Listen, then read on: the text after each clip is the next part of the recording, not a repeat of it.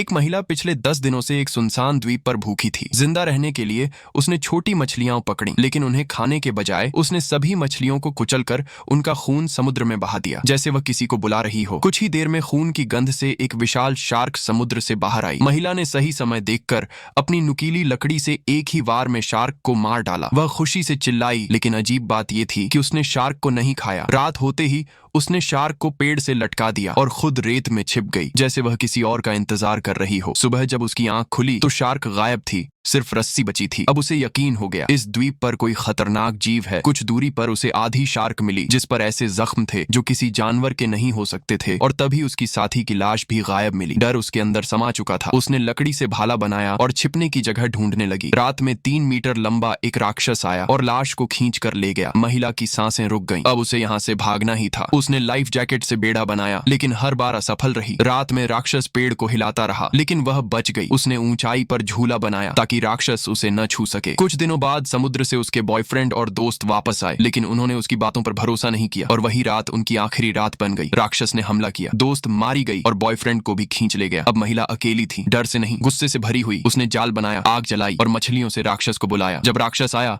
तो उसने भाले से हमला किया। राक्षस ने उसे पकड़ लिया, लेकिन उसने चाकू से उसके सीने पर बार बार वार किया। 1, 2, 20 बार। आखिरकार राक्षस जमीन पर गिर पड़ा। खामोशी छा गई। महिला ने पूरे जंगल में आग जलाई ताकि कोई उसे देख सके, और पहली बार उसने चैन की सांस ली।